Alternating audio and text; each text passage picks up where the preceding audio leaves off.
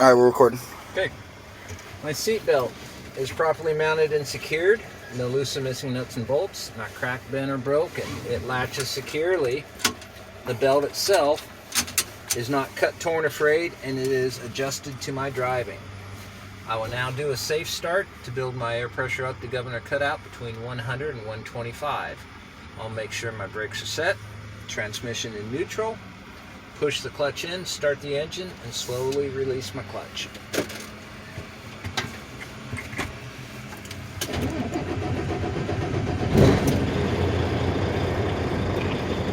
My ABS light turned on and turned off on my dash and my trailer. While we're building air pressure, I'll go through my end cap. My oil pressure gauge is operating properly rising to proper engine oil pressure. Warning light is off. My temperature gauge is operating properly rising to engine temperature. Warning light is off. My voltmeter is charging properly at 14 volts. Warning light is off. My air pressure gauges are operating properly. No warning lights. I have my left turn signal, my right turn signal, four-way flashers, low beams, and my high beams. My mirrors are properly mounted and secured, no loose or missing nuts and bolts, not cracked, bent, or broken. The mirrors themselves.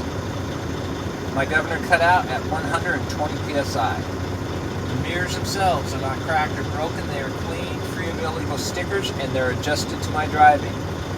My windshield is properly mounted to the vehicle. It's not cracked or broken. It is clean, free of illegal stickers, and there are no obstructions. My weather seal is firmly adhered to the vehicle. It's not cut, torn, or frayed. It is not leaking. My windshield wipers operating properly mounted and secured. No loose or missing nuts and bolts. Not cracked, bent, or broken.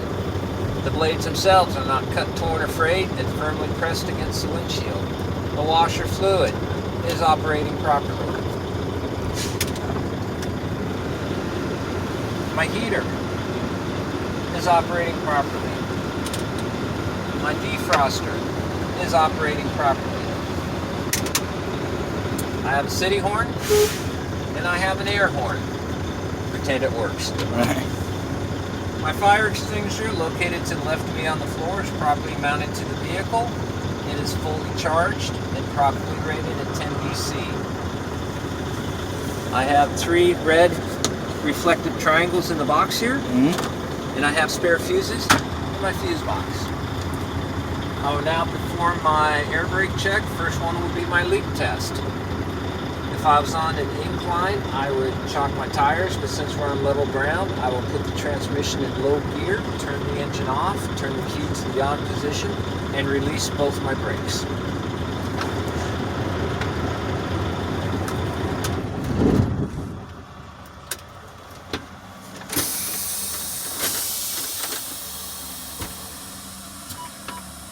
For my first test will be my leak test. I will hold my service brake pedal down for 1 minute, and in that 1 minute I cannot lose more than 4 psi for a combination vehicle. Air has stabilized. Begin test now.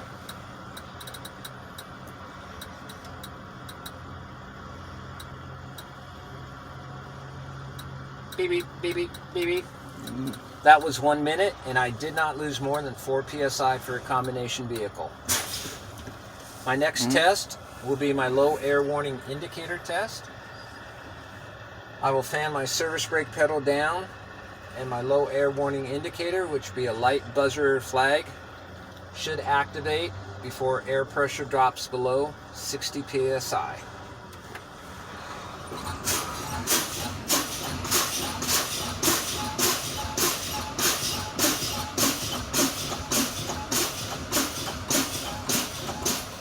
My low air warning indicator light came on at 60 psi. My next test will be my tractor protection valve and parking brake pop out. I will continue to fan my service brake pedal down, and my tractor protection valve and parking brake pop out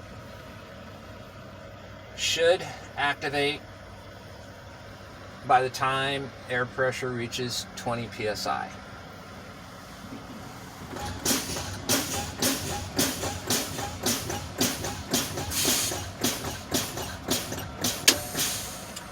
My tractor protection valve popped out at 30 psi.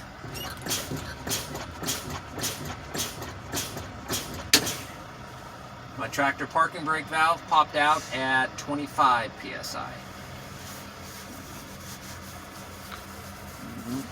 I will now perform another safe start to build my air pressure up to governor cutout between 100 and 125 psi. I will make sure my brakes are set, transmission in neutral, clutch in, start the engine, slowly release my clutch.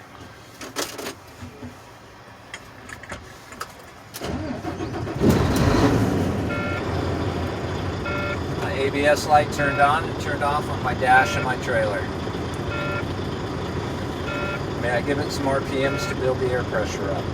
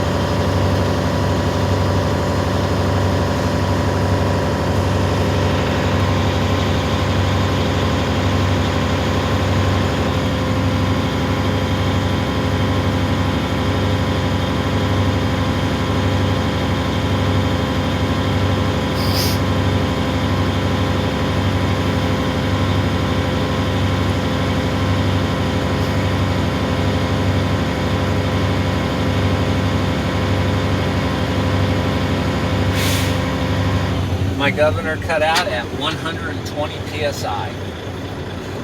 My next test will be my parking brake test. First one, my trailer parking brake. I will release my tractor parking brake, set my trailer parking brake, put it in low gear, and give it a tug.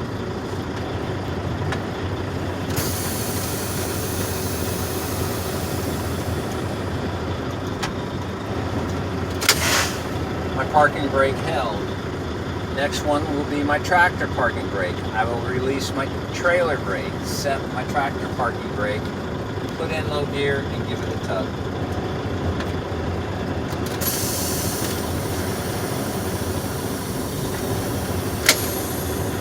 My tractor parking brake held. My final test will be my service brake test. I will release both my brakes, put in low gear, drive forward, and apply my service brake pedal.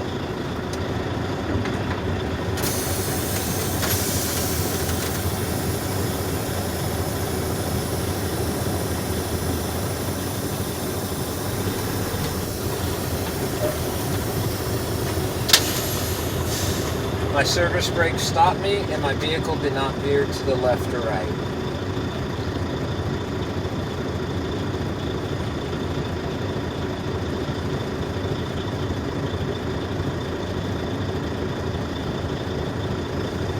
And that concludes my in-cab and air brake test.